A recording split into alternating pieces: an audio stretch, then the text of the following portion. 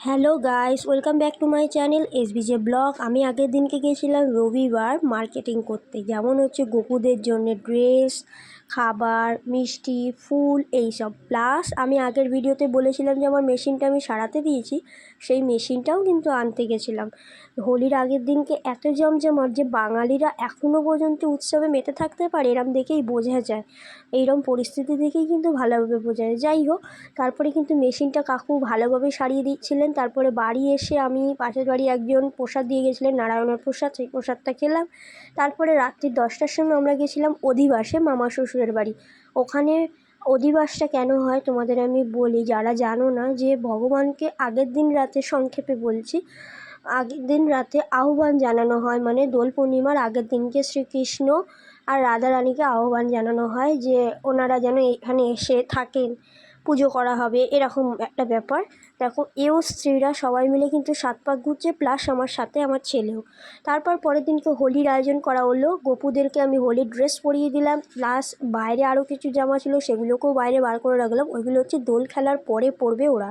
তারপরে আমার ছেলেকে বললাম যে ঠাকুরদের পায়ে একটু আবির দাও, প্রসাদ দাও, ফিচকারিটা দাও। ও সবাইকে রং দেওয়ার পর যখন আমি বাপের বাড়ি গিয়েছিলাম তখন কিন্তু আর ভিডিও করতে পারিনি, কারণ তখন আমি আর কিন্তু ফোন নিয়ে যাইনি, কারণ বাচ্চারা কিন্তু ও জল রং নিয়ে খেলে। এবার জলে না ফোনে লাগলে না ফোনগুলো নষ্ট হয়ে যায়।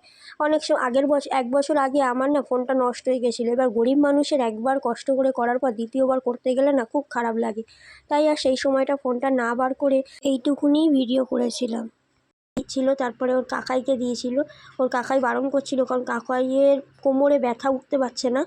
তা ওই অবস্থাতেই উঠে বসতে বললো সবাই, তাই উঠে বসে ছেলের হাত দিয়ে প্রথম আবিরটা খেললো। ওর বাবাকেও দিয়েছিল, সেই ভিডিওটা আর করতে পারিনি, কারণ আগে থেকেও দিয়ে দিয়েছিল।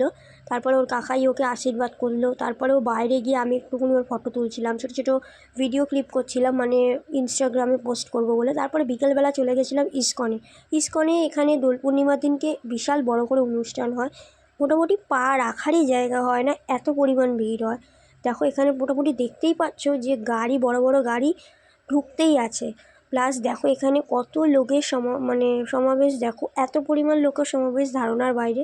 এই দোল পূর্ণিমার দিনকে মানে অনেক প্রভুরা বাইরে থেকে আসেন, প্লাস অনেক বাচ্চা কাচ্চা ওখানে অনেক ধরনের কথা বলেন, গীতার কথা বলেন। দেখো কত সুন্দর আরতি হচ্ছে। তারপর এখানে বাইরে থেকে এই স্টলটা বসেছে, মানে প্রভুরাই এখানে বইয়ের স্টল নিয়ে একটা বসেছে, কিন্তু বইয়ের স্টলটা সবসময় থাকে না। ভগবানকে নিবেদন করার জন্য এখানে কিন্তু 5 রকমের ফল নিয়ে প্রভুরা এখানেও বসেছিলেন, যে ভগবানকে নিবেদন যাতে করতে পারি, ওনারা কিন্তু সুযোগ করে দিয়েছিলেন। খুব সুন্দর, ভালো লাগলো।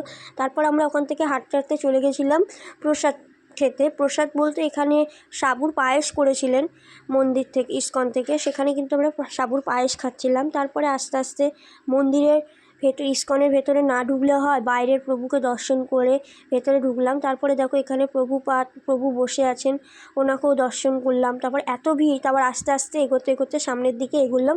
ওখানেও বেশ রাধাকৃষ্ণ প্রভুকে, রাধারানীকে খুব সুন্দর, মানে সাদা বস্ত্রে, ইস্কনের প্রভুরা সাদা বস্ত্রে সাজিয়েছিলেন। তারপরে ওখান থেকে চলে গেছিলাম ইস্কনের স্টোরে। ওখান থেকে কিছু কেনাকাটা করেছিলাম, যেমন হচ্ছে ধূপ, তারপরে ওই যে গঙ্গার জল রাখে একটা চামচ টাইপের থাকে, ওটা কি আমি নিজেও জানি না, বাড়িতেও কেউ বলতে পারছে না। তোমরা যদি জানো আমাকে বলো প্লিজ, কারণ ওটা আমি জানার দরকার। তারপরে দেখো ওখান থেকে স্টোরটা ঘুরে এদিক ওদিক করে, তারপর একটা চাবির রিংও নিয়েছিলাম, ওটাও বলা হয়নি। স্টোর থেকে বেরিয়ে আমরা কিন্তু মাঠে এসেছিলাম। মাঠে এসে দেখি ছেলে আর বাবা দুজন মিলে খেলছে। আমরা ভেতরে জায়গা পাইনি বলে মাঠে বসেছিলাম। এত সুন্দর হাওয়া চলছিল, মানে এমনিও ওয়েদারটা ভালো ছিল, কিন্তু এত কালো মেঘ আর বিদ্যুৎ চমকাচ্ছিল খোলা আকাশের নিচে। আমি না বিদ্যুৎকে খুব ভীষণ ভয় পাই, তাই আরও তাড়াতাড়ি বাড়ি চলে এসেছি। দেখো কত ভিড়, যখন বাড়ি যাচ্ছিলাম আরও মানুষের ভিড়ের সমাগম বাড়ছে। তারপর রাস্তা দিয়ে যাওয়ার সময় দেখবে রাস্তার আর জায়গা নেই, এত পরিমাণ ভিড়। মানে আমরা একদিক থেকে যাচ্ছি আর অন্যদিকে গাড়ি আসছে। দেখো তোমাদের মানে দেখিয়ে দিলাম যে কতটা। তারপরে দেখো আকাশের পরিস্থিতিটাও কিন্তু ভালো না। তারপরে ওখান থেকে এসে আবার মামা শ্বশুরের বাড়িতে এসে এখানে দোল পূর্ণিমার নাচ হচ্ছিলো, ওখানে ননদ এসেছিল, আরও সবাই এসেছিলো, সবাই কিন্তু বসে একটু নাচ গান দেখছিলাম।